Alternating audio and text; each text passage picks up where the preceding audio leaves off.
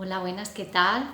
Me llamo Begoña Avellán, soy maestra, soy acompañadora emocional, acompañadora nutricional y mi pasión es estudiar el comportamiento humano y el cerebro. Y pues esta mañana me gustaría compartiros uno de los conceptos que más me apasiona y es la teoría del cerebro triuno. Allá por los años 1950, el doctor Paul MacLean habló de que en el cerebro nosotros tenemos varias zonas diferentes. A lo largo de la historia, el individuo ha ido evolucionando y todas esas zonas se han ido desarrollando, aportando al ser humano una capacidad cada vez más grande y cada vez más inteligente de poder gestionar el mundo de las emociones, el mundo que le rodea y el mundo de la inteligencia. Paul MacLean, habló de los 3 cerebros y es de lo que yo voy a hablaros esta mañana. Bueno,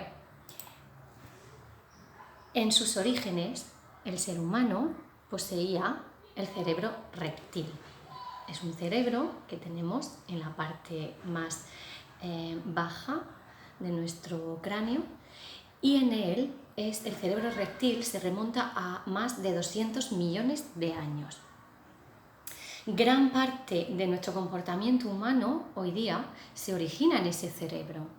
Es el cerebro que está encargado de los instintos básicos, los instintos de supervivencia, como es el tengo hambre, tengo que comer, tengo sed, voy a beber, el deseo de la reproducción sexual, los instintos básicos de la sexualidad, la respiración, ese cerebro que nos conecta con la respiración, etcétera, ¿vale? Entre otras esas reacciones, podemos hablar de las reacciones agresivas hacia el entorno, las reacciones de defensa y hasta hoy ha sido el cerebro responsable de que las especies no se hayan extinguido. Gracias a eso, como bien nos decía Darwin en su ley, en su teoría de la evolución, gracias a eso las especies han ido evolucionando. También tengo que decir con respecto a este cerebro que es el encargado de la resistencia al cambio, ¿vale? ¿A qué me refiero con eso? Esta zona del cerebro le puede y le produce inseguridad todo lo desconocido. De modo que por eso digo que si solamente nos hubiéramos quedado en ese cerebro, pues no habríamos evolucionado, que es lo que le pasa a los reptiles y a los anfibios. Por otro lado, Paul MacLean nos hablaba del cerebro límbico. El cerebro se fue desarrollando y dio paso a la parte o región más emocional. Es esa parte que nos conecta con los mamíferos. Los mamíferos tienen esta parte también desarrollada. Es la parte que nos conecta con las emociones, nos conecta con los recuerdos y es la encargada del aprendizaje. ¿Y por qué vengo a decir eso? Porque una emoción más un recuerdo dan lugar a un aprendizaje y por lo tanto y en consecuencia a una modificación de conducta. ¿Vale? Voy a poneros un ejemplo. Imaginaos un perrito al que le han pegado.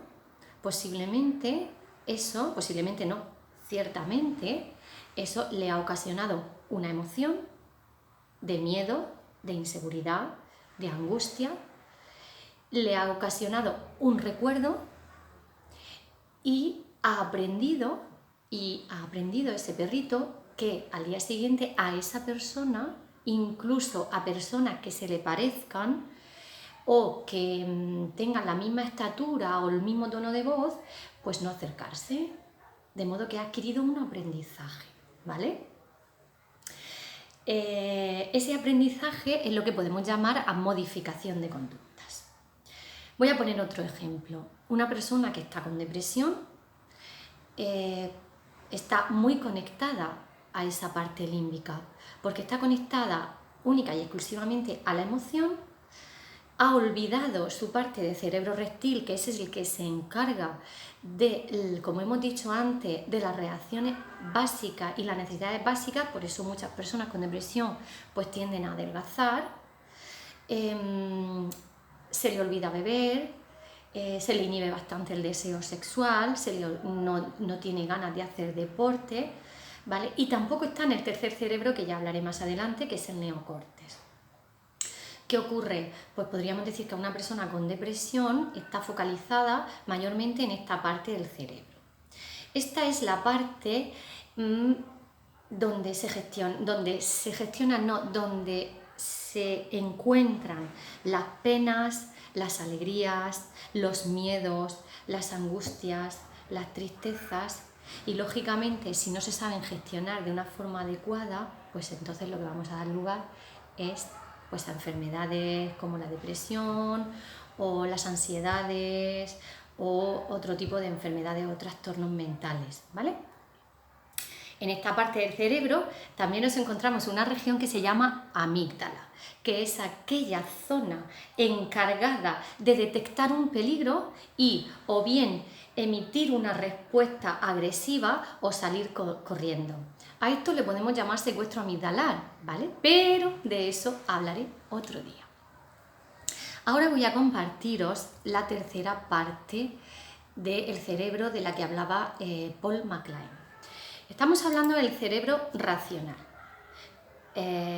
Aproximadamente hace unos millones de años, la evolución en el ser humano dio un salto cuántico y el cerebro, la masa cerebral, pues debido a la alimentación y debido a la capacidad que tienen las especies de evolucionar, pues dio un salto hacia el tercer cerebro, al que llamamos neocortes.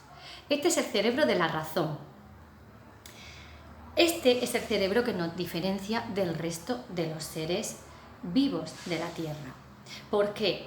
Porque es el cerebro al que se le adjudica el lenguaje, la creatividad, la razón, la reflexión, la resolución de conflictos y problemas y, sobre todo, el control de las emociones.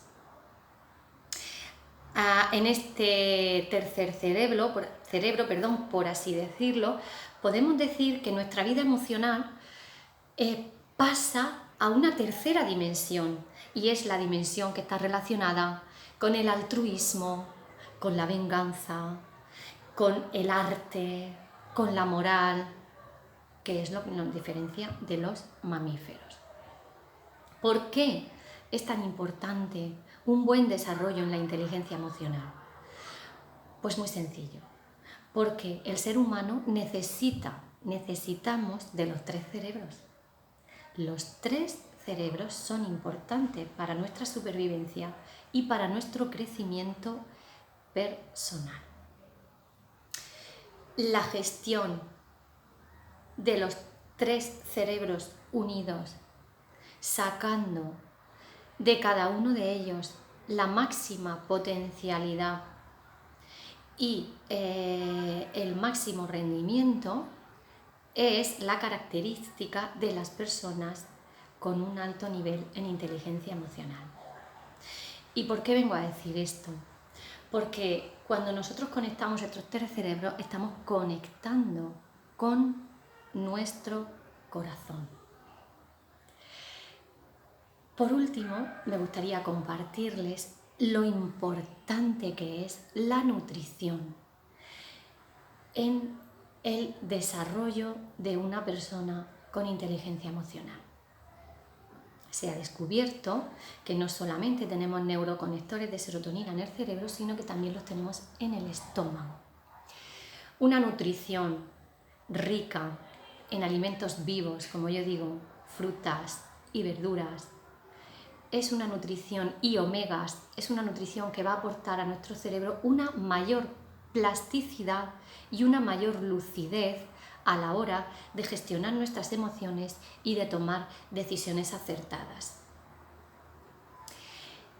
Y con esto, mi mensaje de hoy es: mucho ánimo a todos. El próximo día os voy a compartir lo que es un secuestro amigdalar y cómo combatirlo porque también es muy importante saber combatir y gestionar un secuestro amigdalar. Muchas gracias por escucharme, espero que os haya gustado y hasta la próxima.